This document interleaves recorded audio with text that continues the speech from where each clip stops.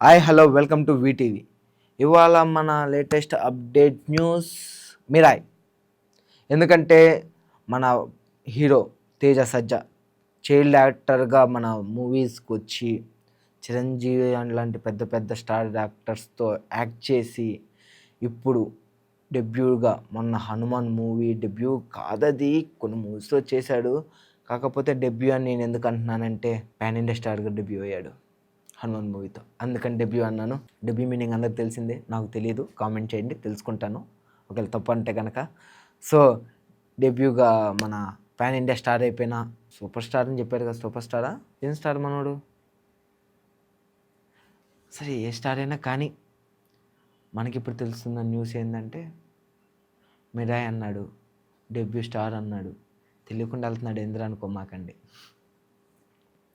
ఏం లేదు, మన ఇందాకైతే ఏదో మాట్లాడుకున్నాం డెబ్యూ స్టార్ అని, పాన్ ఇండియా స్టార్గా డెబ్యూగా ఎందుకు అయ్యాడంటే హనుమాన్ మూవీతో అనుకున్న దానికన్నా చాలా బాగా క్లిక్ అయిన హీరో మన తేజ సజ్జా. ఇప్పుడు సూపర్ హీరో అంటున్నారు, ఎందుకంటే సూపర్ హీరో క్యారెక్టర్స్ లాంటితో ఫ్యూచర్స్ వెళ్తున్నారు కాబట్టి సూపర్ హీరో అంటున్నారు.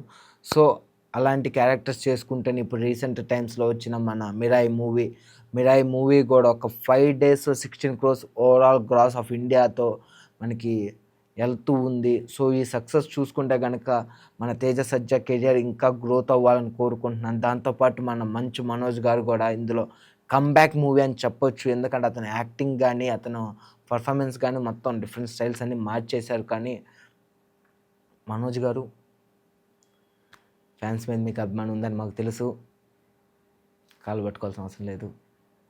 మొన్న కూడా చూశాను ఐమాక్స్ దగ్గర, మీ కళ్ళల్లో బాధ. మీరు మంచి యాక్టర్, నాకు మీ సినిమాలు అంటే చాలా బాగా ఇష్టం.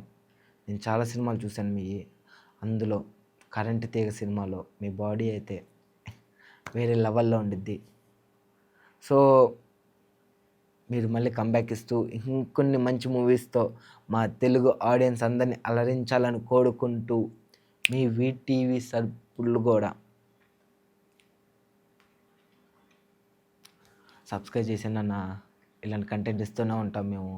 So please like share and subscribe to VTV. ఇలాంటి మోర్ ఇన్ఫర్మేషన్ వీడియోస్ తెలుసుకోవాలనుకుంటే లేదా ఇంకేదైనా అప్డేట్ నేను మిస్ అయ్యి ఉంటే కనుక కామెంట్ చేయండి, నేను తెలుసుకుంటాను.